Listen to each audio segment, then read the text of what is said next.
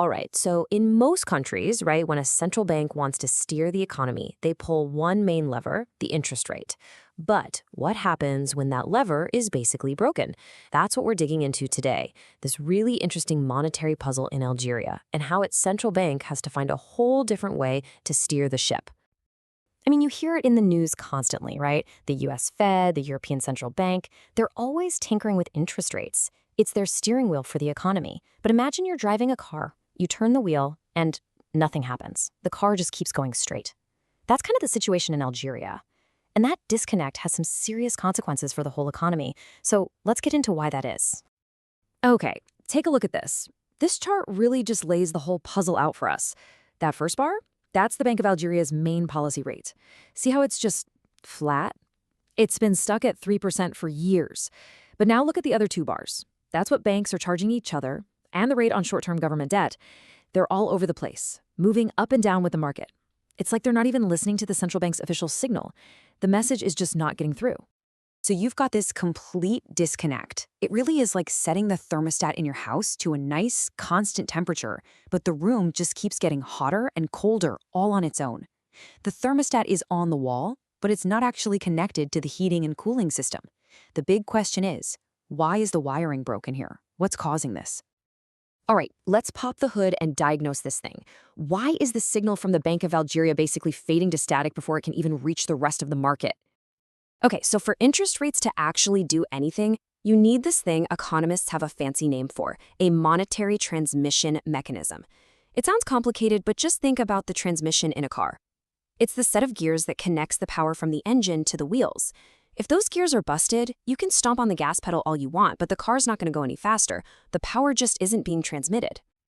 So what are the broken gears in Algeria's case? Well, for starters, there isn't really an active, bustling market for government bonds. That's a big deal, because that's usually where the real price of money gets set every day. But the second reason is the real kicker. The banking system is just swimming in cash. It's what's called excess liquidity. The banks are so flush that they don't need to borrow money from anyone, not from the central bank, not from each other. And if you don't need to borrow, why would you care what the official borrowing rate is? It just becomes irrelevant to you. Okay, so if the interest rate steering wheel isn't working, what is the Bank of Algeria actually doing? Are they just not driving? Well, no. It turns out they're using a completely different set of controls. And this really breaks down the two different playbooks. On one side, you've got the standard approach most central banks use. They target the price of money. They try to make borrowing cheaper or more expensive using interest rates. But on the other side, you have what Algeria is actually doing. They're targeting the quantity of money. They're not trying to set the price. They're trying to control the total amount of money sloshing around in the system, a measure called M2. So instead of adjusting the thermostat, they're controlling the flow of water into the pipes, using tools like telling banks how much cash they absolutely have to keep in their vaults. So where is all this extra cash coming from? Well, this chart gives us the answer loud and clear. The biggest slice of that pie, the main driver, is all the credit being extended to the central government. That's the primary engine that's pumping all these new diners into the economy. And that's the flow that the Bank of Algeria is really focused on managing. Okay, so we've diagnosed the problem. But, knowing what's wrong is only half the battle. So how do you actually fix it? Let's get into the recommendations from experts on how to reconnect that steering wheel and get interest rates working like they should. A huge part of the solution comes down to this idea of an interest rate corridor. The best way to think about it is like the bumpers in a bowling lane. The central bank sets up two bumpers, a ceiling, which is the highest rate banks would ever have to pay to borrow, and a floor, which is the rate they can get for parking their money with the central bank. Together, those two bumpers create a corridor, or a lane, that keeps the market interest rate, the bowling ball, rolling right down the middle.